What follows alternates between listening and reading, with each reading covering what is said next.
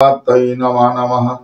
वाञ्छाकल्पतरुश्च कृपा सिन्धुभ्येव च पतितानां पावनेभ्यो वैष्णवेभ्यो नमो नमः।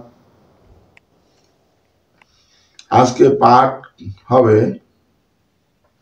জয়দেব পদ্মাবতীর কাহিনী। একটা গরিব পরিবারে ব্রাহ্মণ কুলে জন্ম। এই ব্রাহ্মণ কুলে জন্ম জয়দেব গোস্বামী। পিতা গরিব, গরিব হলেও কষ্ট করে লেখাপড়া শিখিয়েছিলেন পুত্রকে এবং সঙ্গীত বিদ্যায়, বাদ্য বিদ্যায় পারদর্শী করেছিলেন। তো মৃত্যুকালে পিতা পুত্রকে বলে গেলেন, বৎস, তোমার জন্য কিছু লিখে যেতে পারলাম না, তুমি কষ্ট করে তোমাকে একটু লেখাপড়া শিখিয়েছি, সঙ্গীত বিদ্যায় পারদর্শী করেছি, তাতে আমি আশা করি তুমি সাহিত্য এবং সঙ্গীত বিদ্যায় জগতে সর্বশ্রেষ্ঠ কীর্তি স্থাপন করতে পারবে। আর স্মরণ রাখিও বৎস, চিরদিন রাধা গোবিন্দের নাম যেন ভুলে যেও না, রাধা গোবিন্দকে সেবা পূজা করিও। পিতার মৃত্যুর পরে দাহন কার্য আদি সম্পন্ন করে এলেন সন্ধ্যাবেলায়। মন খুব দুঃখে ভরপুর।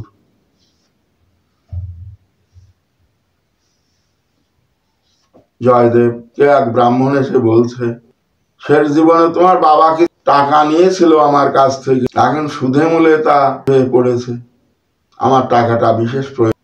ওই যে জমিটুকের উপরে ঘর বাড়ি ছিল, ঋণের ক্ষতে লিখে দিয়ে ওখান থেকে চলে গেলেন পুরীধামে, এক বৃক্ষের তলে গিয়ে বাস করতেন। ক্ষেত্রবাসী এক ব্রাহ্মণ, তার সন্তানাদি হয় না। তিনি জগন্নাথ ঠাকুরের কাছে নীলাচলে মানসা করেছিলেন, ঠাকুর, আমার তো কোনো সন্তানাদি হলো না, তাই তোমার কাছে এসেছি, আর যদি কন্যা হয় তোমার দাসী করে রেখে দেব। এই মানসা করে উনি চলে গেলেন। ওনার একটা কন্যা হয়েছিল, কন্যাটার নাম পদ্মাবতী রেখেছেন। যেমন চেহারা, সুন্দরী কন্যা, তেমনি লেখাপড়া, তেমনি বাদ্যযন্ত্রে, গানে, মাঝে মাঝে জগন্নাথ মন্দিরে গিয়ে গান শোনাইতেন। জগন্নাথ ঠাকুর গান শুনে খুব খুশি হইতেন। জয়দেব গোস্বামীর উপরে জগন্নাথ ঠাকুর আজ্ঞা করলেন, জয়দেব, তুমি রাধা গোবিন্দের নাম খণ্ডিতা মধুর রস গ্রন্থ প্রণয়ন করলেন। তখন উনি একটা গ্রন্থ লিখবার জন্যও মনে সংকল্প নিলেন। ওদিকে কন্যাটি ক্ষেত্রবাসী ব্রাহ্মণের কন্যা, এই কন্যাটি ক্রমে ক্রমে বিবাহের মতন হয়েছে। বিবাহ দেবার জন্য পাত্র খুঁজছেন, উপযুক্ত পাত্র কোথাও পাওয়া যাচ্ছে না। জগন্নাথ ঠাকুরের কাছে আবার কন্যাকে নিয়ে সেই ক্ষেত্রবাসী ব্রাহ্মণ গমন করেছে। হে ঠাকুর, আমার এই কন্যার পাত্র, আপনাকেই মানত করেছিলাম, রাত্রিতে স্বপ্ন দেখছেন, তবে তোমার এই কন্যাকে নিয়ে যাও, আমার পরম ভক্ত আছে জয়দেব গোস্বামী। ওদিকে জয়দেব গোস্বামীর কাছে জগন্নাথ ঠাকুর স্বপ্নে আজ্ঞা করেছেন, জয়দেব, তুমি নীলাচল থেকে তোমার জন্মভূমি কেন্দ্রগুলিতে ফিরে যাও। বলে সেই জগন্নাথের আজ্ঞা মতো জয়দেব গোস্বামী সেই পুরীধামের থেকে পুনঃ ফিরে এলেন তার নিজের জন। এসে এক বৃক্ষের তলে একটা ঝোপড় বেঁধে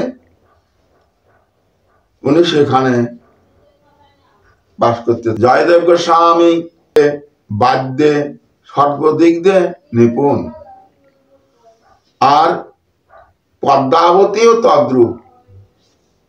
এই পদ্মাবতীকে নিয়ে বাবা তখন জগন্নাথের আজ্ঞা মতো বলেছেন, বাবা জয়দেব আমাকে বলছি, জগন্নাথ এই কথা বলে আমাকে পাঠিয়েছেন, তাই এই কন্যাটা তোমাকে গ্রহণ করতে হবে বৎস।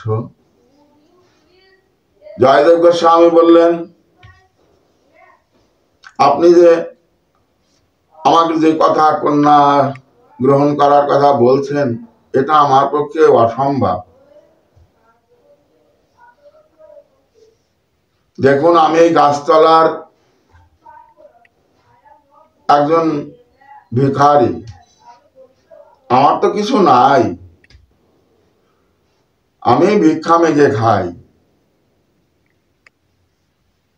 আর আমার তেমন ঘর দরজা নাই। দেখুন এই ঝোপড়, এই গাছতলায় থাকি। আপনার এই রূপ লাবণ্যের লাহরি কন্যা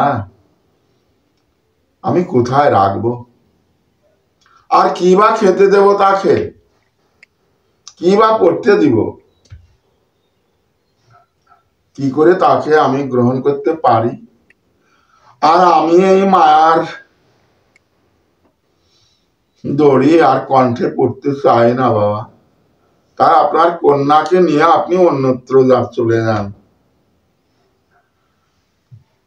উনি বললেন, জগন্নাথের আজ্ঞা, এই রেখে গেলাম, যেটা তুমি বোঝো সেইটাই তুমি করো, সেটা তোমার দায়িত্ব। আর কন্যাকে বললেন, পদ্মাবতী, তোমাকে জগন্নাথের আজ্ঞা মতন এই জয়দেব গোস্বামী তোমার স্বামী, জয়দেব গোস্বামীর হাতে তোমাকে দিয়ে গেলাম। দিয়ে উনি চলে গেলেন বলে, তুমি এখানে বসে থাকো, ওই তোমার মনোনীত স্বামী, এটাই জানবে তুমি।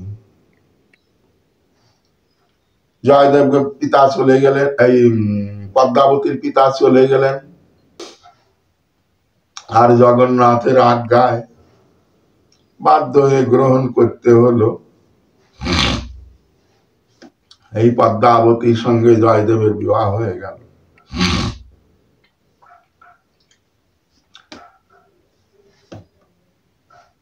কেন্দ্রবিল্লু গ্রামের থেকে 18 ক্রোশ গঙ্গা, অথচ প্রত্যাহতে গঙ্গা স্নানে যান।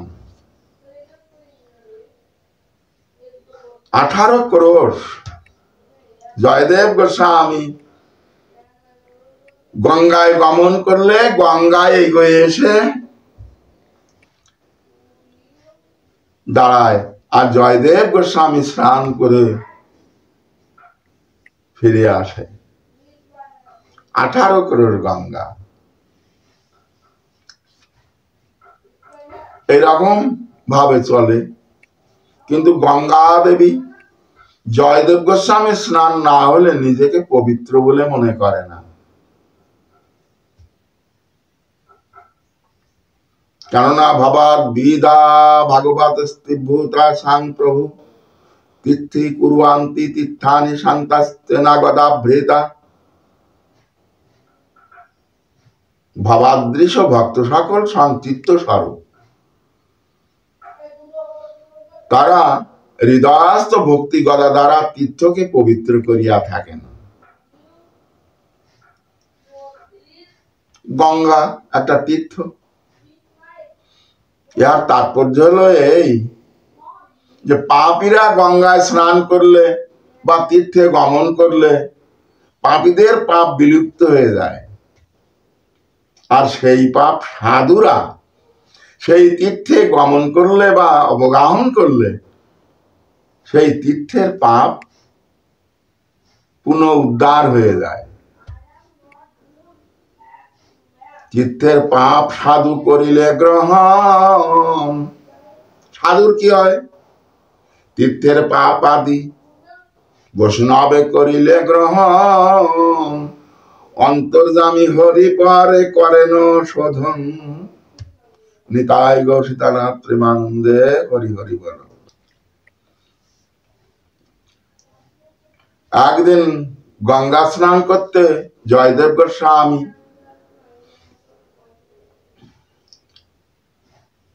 যেতে পারলেন না। শরীর এত অসুস্থ হয়ে পড়েছে। জয়দেব গোস্বামী গঙ্গা স্নান যাবেন, সে উপায় নেই। আর উনি মকর সংক্রান্তির দিন তো অবশ্যই তিনি যাইবেন। প্রতি বছর মকর সংক্রান্তির দিন তো যাবেনই, আর তাছাড়া প্রত্যহ তিনি গঙ্গা স্নান করতেন। কিন্তু মকর সংক্রান্তির দিন সেদিন কোন রকমে তিনি যেতে পারলেন না। এক বছর মকর সংক্রান্তির দিন, সেই মকর বাহিনী গঙ্গা যেদিন ভগীরথ এনেছিলেন, সেই দিনটার নাম মকর সংক্রান্তির দিন। পৃথিবীতে যেদিন এনেছিলেন, সেই মকর বাহিনী গঙ্গা দেবী স্নান না করলে, জয়দেব গোস্বামী স্নান না করলে মকর বাহিনী গঙ্গা নিজেকে পবিত্র বলে মনে করেন না। তাই জয়দেব গোস্বামী এত পরিমাণে অসুস্থ হয়ে পড়েছেন যে তিনি পা বাড়িয়ে যে যাইবেন গঙ্গা স্নানে, উপায় নেই। তাই ভক্ত সঙ্গ পাবার জন্য মা গঙ্গা সেই 18 করোড় দূরের থেকে এসে কেন্দ্রবিল্লু গ্রামের উঠান অজয়ার লাল জলে ভর্তি হয়ে গেল। জয়দেব গোস্বামী সেই জলে অবগাহন করলেন। নিতাই গৌর সীতানাথ প্রেমানন্দে হরি হরি বল। জয়দেব গোস্বামী স্নান সমাপ্ত হয়ে গেল।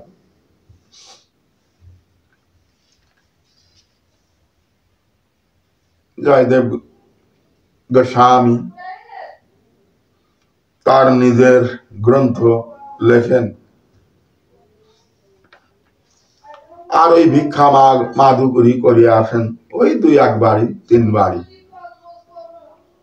মাধুকরী। তাই যা হয় তাই দুইজনে কষ্টে সৃষ্টে ভোগ লাগিয়ে প্রসাদ। এই কাহিনীটার অর্থ হলো এরকম, রাধারানী কৃষ্ণের কাছে চরণ প্রার্থনা করুন, তাতে মানায়। কিন্তু কৃষ্ণ রাধারানীর কাছে চরণ প্রার্থনা করা, এটা উনি হাতে কলমে কেমন করে পণ্ডিত হয়ে লিখবেন, তাই লিখতে পারছেন না। পদটা হচ্ছে এই দেই পদ না সর গরল খণ্ডনাং, সর গরল খণ্ডনাং।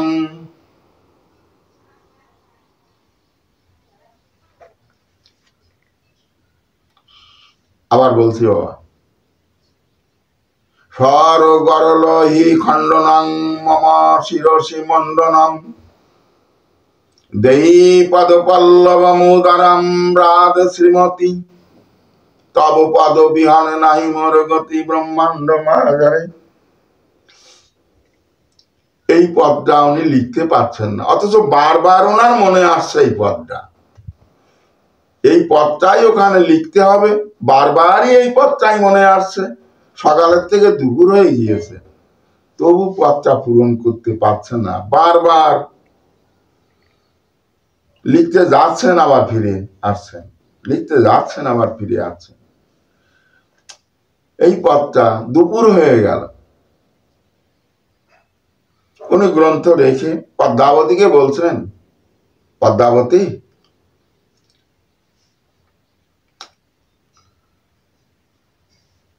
আমি গঙ্গা স্নান সেরে আসি, একটা পদ লিখতে পারলাম না, পূরণ করতে পারলাম না, কি করে পূরণ করি?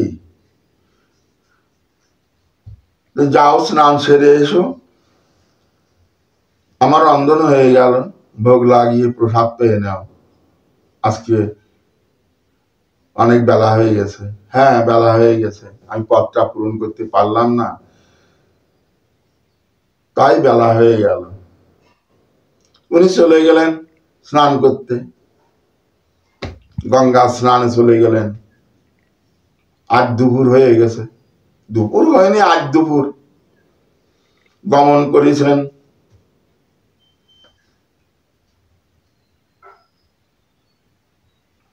ইত্য অবসারে জয়দেব গোস্বামী এসে বলছেন, পদ্মে পদ্মে দেখো,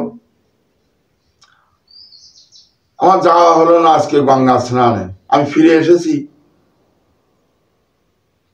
পথের মাঝখান থেকে, আমি ফিরে এসেছি। তুমি গ্রন্থখানা দাও তো, পড়ে দাও তো, আমার পথটা মনে পড়েছে, আমি পথটা লিখে আমি চলে যাই, পথটা লিখে আমি চলে যাই, নইলে মনে থাকবে না পথটা মনে পড়েছে। তখন উনি ওই গ্রন্থখানা পেড়ে দিলেন পদ্মাবতী, আর উনি ওই পদটা পূরণ করলেন, লিখলেন। সর গরলহি খণ্ডনাং মামা শিরসি মণ্ডলাম দেহি পদ পল্লব মোদরাম রাধ শ্রীমতী। এই কথা লিখেছেন ওখানে। একখানা কাগজে লিখে রেখে গেলেন, বহির গ্রন্থের বহির বিভাগে লিখে রেখে গেলেন, জয়দেব,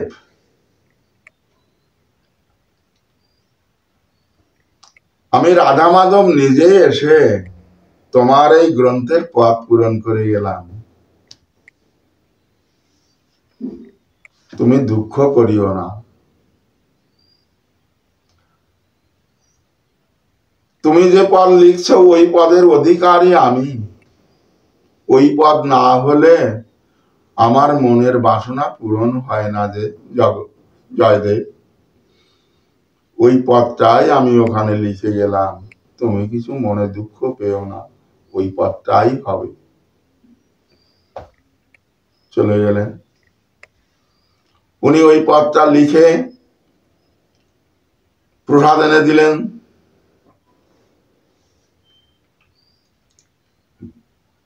তিনি সেবা নিলেন, রাধা মাধব জয়দেব রূপ ধারণ করে সেবা নিলেন। এ তো জয়দেব নন, ইনি তো সে রাধা মাধব এসেছেন জয়দেবের মূর্তি ধারণ করে, রূপ ধারণ করে। এসে পদ পূরণ করে প্রসাদ পেয়ে উনি বিশ্রামাগারে বিশ্রাম নিয়েছেন, পদ্মাবতী বাতাস করেছেন, তার চরণ সেবা করেছেন। তারপরে জয়দেব গোস্বামীর ভুক্ত অবশেষ প্রসাদের পাত্র নিয়ে, থালা নিয়ে বসেছেন প্রসাদ পাইতে। প্রসাদ পাচ্ছেন। এমন সময় জয়দেব গোস্বামী এসে গঙ্গা স্নান করে উপনীত হয়েছেন। দেখেই অবাক, জয়দেব কখনো এমন লীলা দেখেন নাই কোনোদিন। দেখেই অবাক, পদ্মাবতী কখনো তো আমার পূর্বে সেবা করে না। দেখে অবাক, তাকাই পড়েছে। পদ্মাবতীও ঠাকুরকে দেখে উনিও চমকে উঠেছেন, এ কি! উনি গেলেন, আবার এসে অবাক হয়ে পড়েছেন আমাকে দেখে। পদ্মে, তুমি তো কখনো আমার পূর্বে সেবা নেও না। না তো ঠাকুর, এই যে তুমি সেবা নিলে তাই তো আমি প্রসাদ পেতে বসেছি। পদ্মা, আমি জানতাম না যে তুমি এই রকম। আমি বাদেও তুমি। ঠাকুর, আপনি কি বলছেন? আপনি কি বলছেন? আপনি এই এলেন, আপনি গেলেন স্নান করতে, আপনি ফিরে এসে বললেন পদ্মাবতী আমার গ্রন্থখানা পেড়ে দাও, তোমাকে গ্রন্থখানা পেড়ে দিলাম। তুমি বললে যে আমি পত্রা মনে পড়েছে, আমি পত্রা লিখে রেখে যাই, নইলে আমার মনে থাকবে না, ভুল হয়ে যাবে। দেখি দেখি গ্রন্থখানা দাও তো। ওই গ্রন্থখানা যখন পদ্মাবতী পেড়ে দিলেন, দেখেন ওইখানে স্বর্ণ অক্ষরে লিখে রেখেছেন সর গরলহি খণ্ডনাং শিরসি মণ্ডনা দেহি পদপল্লব মুদারাম রাধে শ্রীমতী তব পদ বিহনে মোর নাহি গতি। ব্রহ্মাণ্ড মহাজারে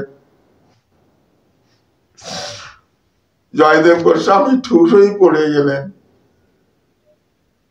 আজ আজ ধন্যা তুমি পদ্মাবতী, তুমি আজ ধন্যা। দাও দাও দাও প্রসাদ দাও আমাকে, তোমার এই প্রসাদ দাও আমাকে, আমি গ্রহণ করি।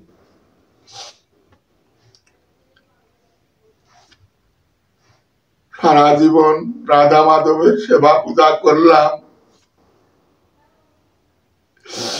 নিজ চোখে সাক্ষাতে তার দর্শন করে পাইনি, আর তুমি তার সাক্ষাতে দর্শন পেয়েছ।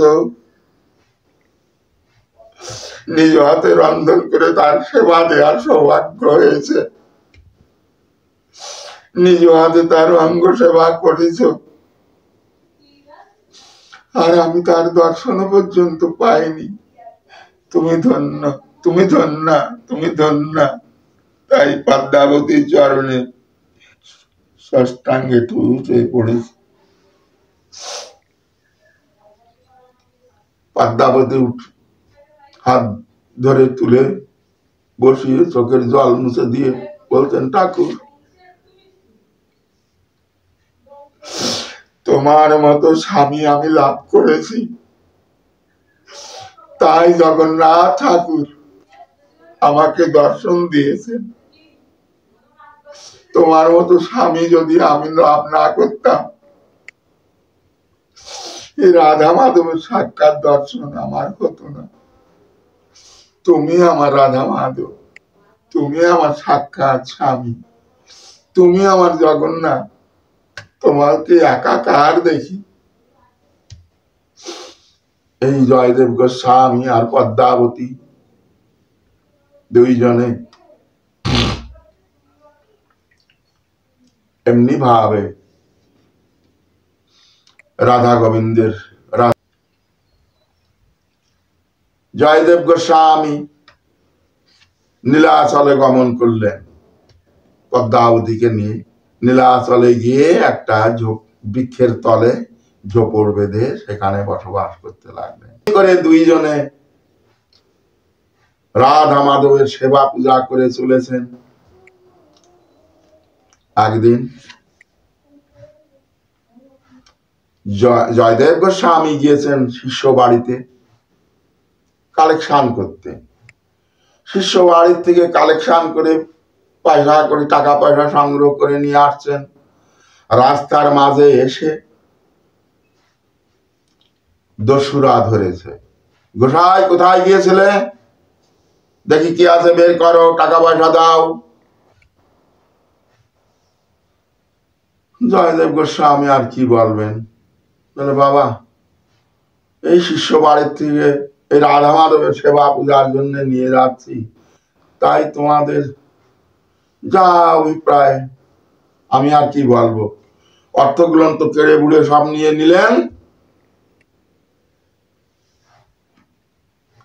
আর হাতের পোশাক থেকে পায়ের পোশাক থেকে কেটে একখানার ভিতরে কূপের ভিতরে ফেলে রেখে গেল। রাধা মাধবের কৃপায় তিনি বেঁচে ছিলেন বটে, কিন্তু উঠে বাড়ি আসবার মতন পেরেছিলেন না। 3 দিন ওই কূপের ভিতরে ছিলেন। ওই দেশের রাজা মৃগ শিকার করতে এসে এই কূপের ভিতরে ওই জয়দেব গোস্বামীকে পেয়ে ওনাকে উদ্ধার করলেন। ওনাকে উনি চিনেন না, তবুও তাকে উদ্ধার করে সেবিকায় করে তিনি নিজের ভবনে নিয়ে গেলেন। রাজা নিয়ে যায় সেবা যত্ন করে। উনি মহাজ্ঞানী, মহাপণ্ডিত, সঙ্গীতে পারদর্শী। ওনার আলাপে, কথায়, গানে, কীর্তনে মহাজন বলেই তিনি ধার্য করলেন এবং তাকে গুরুপারণ করলেন। বৈষ্ণব সম্মিলন কর, শিষ্যকে বলছেন বৈষ্ণব সম্মিলন কর। পদ্মাবতীও সেখানে গিয়েছেন, নিয়ে গিয়েছেন গুরুমা, বৈষ্ণব সম্মিলন কর। বৈষ্ণবদের সেবা শুশ্রূষা, খাওয়ানো দাওয়ানো করে তাদের দান ধ্যান করতে হবে।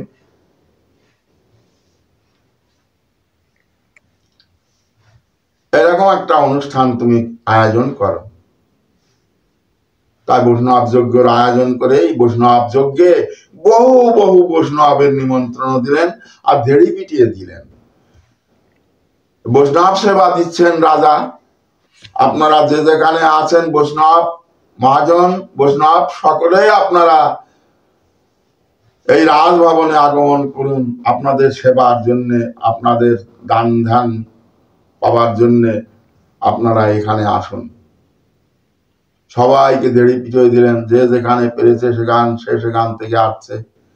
সবাই খেয়ে লয়ে, কেউ গাভী, কেউ স্বর্ণ, কেউ দ্রব্য, যে যা চাচ্ছে দিয়ে দিচ্ছে রাজা। রাজা তো দিচ্ছে। এই না দেখে কয়েকদিন চলছে এরকম অন্ন ছত্র দান ছত্র চলছে। তাই না দেখে আর এক দল সাধু, তারা ভণ্ড, তারা গেরুয়া বসন টসন করে, মস্তক টস্তক মুন্ডন করে, তারা একেবারে দিব্যি সন্ন্যাসী গোস্বামী হয়ে এসেছেন 6 জন। এসে রাজভবনে উপনীত হয়েছেন। খুব যত্ন করে তাদের চরণ ধোয়ায়ে, তাদের ভক্তি অর্ঘ দেখিয়ে, মালা চন্দন করিয়ে, তাদের যত্ন সহকারে নিয়ে গৃহের ভিতরে বসিয়েছেন, সেবা দিয়েছেন।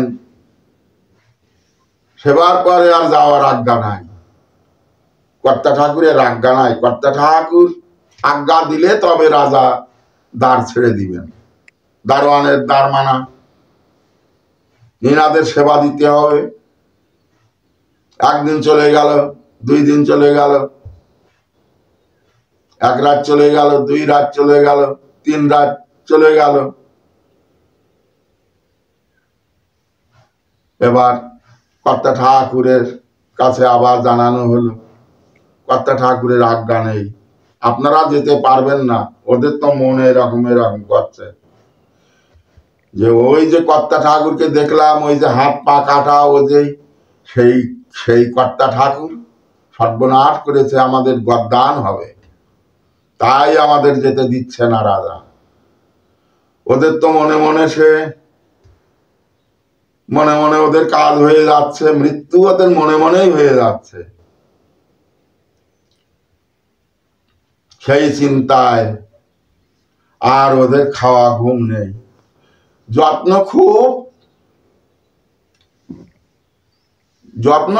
যত্ন করে তাদের সেবা শুশ্রূষা করছেন। এবার ওনারা জানাইয়েছেন 4র্থ দিন, যা আমাদের গৃহ পরিবারে বাল বাচ্চা আছে, আমাদের সংসার ধর্ম আছে। কেউ কেউ বলছেন আমাদের মঠ মন্দির আছে, সেখানে আমাদের শিষ্যেরা কি করছে। মিথ্যে কথা নয়,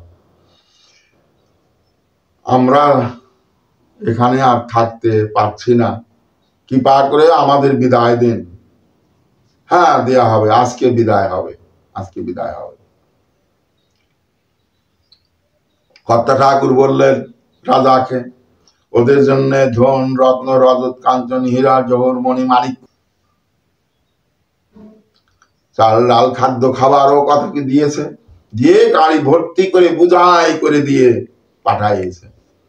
যাচ্ছে রাস্তায় মহা আনন্দ করে যাচ্ছে যে এই তো আমরা বিদায় পেয়ে গেছি, এই তো বিদায় পেয়ে গেছি। যাইতে যাইতে যাইতে অর্ধেক রাস্তা চলে গেছে, বলছে আপনারা ফিরে যান, আমরা এখন যে নিয়ে যেতে পারবো, আপনারা ফিরে যান। না, কর্তা ঠাকুরের আজ্ঞা নেই, আপনাদের গৃহে পৌঁছায় দিয়েই আমাদের আসতে বলেছেন। যাচ্ছে, কেউ ঠেলছে, কেউ টানছে, এইরকম করে যেতে যেতে দেখা গেল ওইখানে মাটি ফাঁক হয়ে গেল, হুম করে ওই ফাটার মধ্যে চলে গেল ওই গাড়ি শুদ্ধ আর ওই ডাকাতির দল শুদ্ধ, মাটি চাপা দিয়ে ঢাকা পড়ে গেল। নেতাই গৌর সীতানাথ প্রেমানন্দে হরি হরি বল। এই সংবাদ গিয়ে রাজাকে বললেন, ওই গাড়োয়ান যিনি রথ চালক, উনি গিয়ে বললেন রাজাকে, সেখানে জয়দেব গোস্বামী ছিলেন, সকলেই ছিলেন, সেখানেই বললেন এই সংবাদগুলো, যে পথের মাঝে তারা এই মাটি ফাঁক হয়ে গেল, বসমাতা ফাঁক হয়ে গেল, সেই ফাটার ভিতরে, এই ফাটলের ভিতরে ওরা গাড়ি শুদ্ধ, সেই লোকজন শুদ্ধ সব মাটি চাপা পড়ে গিয়েছে। এইভাবে তাদের মৃত্যু হয়ে গেল। আর এই সংবাদ শুনলেন, এবার কর্তা ঠাকুরকে বলছেন রাজা,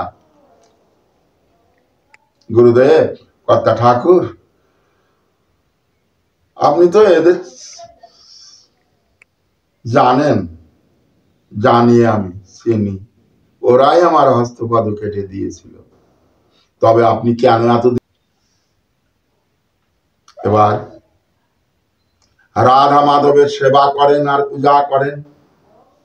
এবার ঠাকুরকে বলছেন, ওই গৃহস্বামী ঠাকুরকে বলছেন, হে শিষ্য, হে ভক্ত মহারাজ, আমার মনের আকাঙ্ক্ষা, আমি একটু বৃন্দাবনে যাইব, আমরা বৃন্দাবনে যাব, তাই তুমি থাকো, আমি বৃন্দাবনের থেকে ঘুরে তোমার এখানে আসতে যদি পারি আসবো, না পারলে তুমি আমার দর্শনে যেও বৃন্দাবনে। উনি ওইখান থেকে উঠে বৃন্দাবনে গমন করলেন, আর লোক লস্কর দিয়ে এগিয়ে দিলেন ঘোড়ার গাড়িতে করে, রথে করে বৃন্দাবনের অভিমুখে যাত্রা করলেন। গিয়ে কেশিঘাটের সন্নিকটে ওখানে গিয়ে উপনীত হলেন বৃন্দাবনে। কিন্তু একটু কথা বলতে ভুল হয়ে গেছে বাবা, ওই বৃন্দাবনে যাবেন বলে চিন্তা করছেন, কিন্তু রাধা মাধব এত ভারী বিগ্রহ কি করে নিয়ে যাইবেন, এটাই হচ্ছে ওনার মনের সন্দেহ, যে আমি কি করে রাধা মাধবকে নিয়ে যাব। তো এই রাত্রিবেলায় রাধা মাধব স্বপ্ন দেখিয়েছেন, এই জয়দেব তুমি চিন্তা করিও না, আমি তোমার ঝুলার ভিতরে ছোট্ট মূর্তি হয়ে থাকবো, প্রভাতে উঠে দেখবে আমি ছোট্ট মূর্তি হয়ে গেছি, আমাকে ঝুলার ভিতরে করে নিয়ে তুমি বৃন্দাবনে যাত্রা করো। তাই উনি ওই রাধা মাধবকে ঝোলার ভিতরে, ছোট্ট বিগ্রহ ঝোলার ভিতরে করে নিয়ে যাত্রা করলেন, আর রাজা তিনি এগিয়ে দিলেন। যা বৃন্দাবনে গিয়ে উপনীত হলেন। জয়দেব গোস্বামী পদ্মাবতী এক বৃক্ষের তলে ঝোপড় বেঁধে সেখানে বাস করতে থাকেন। রাধা মাধবের সেবা প্রতিষ্ঠা করলেন। সেই রাধা মাধব যে বিগ্রহ যেমন ছিলেন ঠিক তেমনই বিগ্রহ হয়ে গেলেন রাধা মাধব। বেশ বিগ্রহ ভারী, বেশ বড় বিগ্রহ হয়ে গেলেন, সেইখানে সেবা করেন। এই রাধা মাধবের বিগ্রহের মাধুর্য দর্শন করে ওইখানকার এক মহাত্মা ধনী ব্যক্তি, তিনি ওইখানে মন্দির ঢাকায় দিলেন। মন্দির, বড় বড় মন্দির, সুন্দর করে রাধা মাধব মন্দির যারা দেখেছেন বৃন্দাবনে, সুন্দর মন্দির করে দিলেন। সেই মন্দিরে উনি সেবা পূজা করে জীবনের শেষ নিঃশ্বাসই ত্যাগ করেছিলেন। কিরকম? একদিন মন্দিরের ভিতরে বসে জয়দেব আর পদ্মাবতী ওই রাধা মাধবের সেবা পূজা করে বসে পড়ে গান করছেন, কীর্তন করছেন, রাধা মাধবের গুণগান করছেন। করতে করতে বেশ, তাই তখন স্মরণ পড়লো সেই রাধা মাধবের ওনার সেই গীত গোবিন্দের শ্লোক।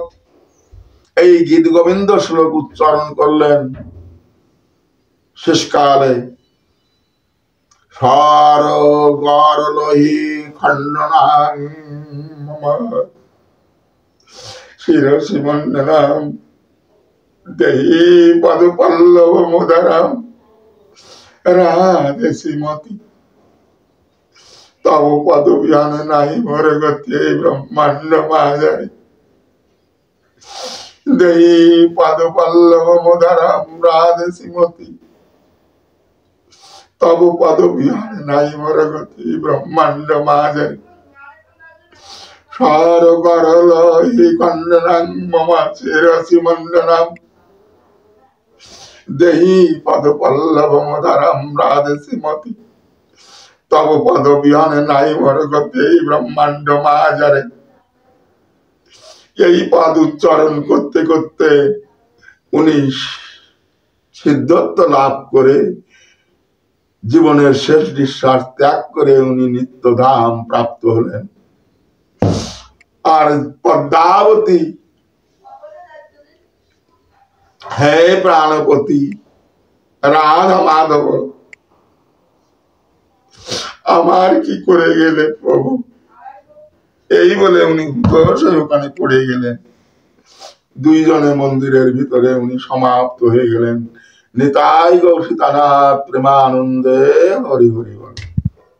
এবং তো রাধা মাধব নিজেই সে কর্তব্য করেছেন, এতে তোমার আমার জগতের কারুর দোষ নাই। নিতাই গৌসীতানাথ প্রেমানন্দে হরি হরি বল।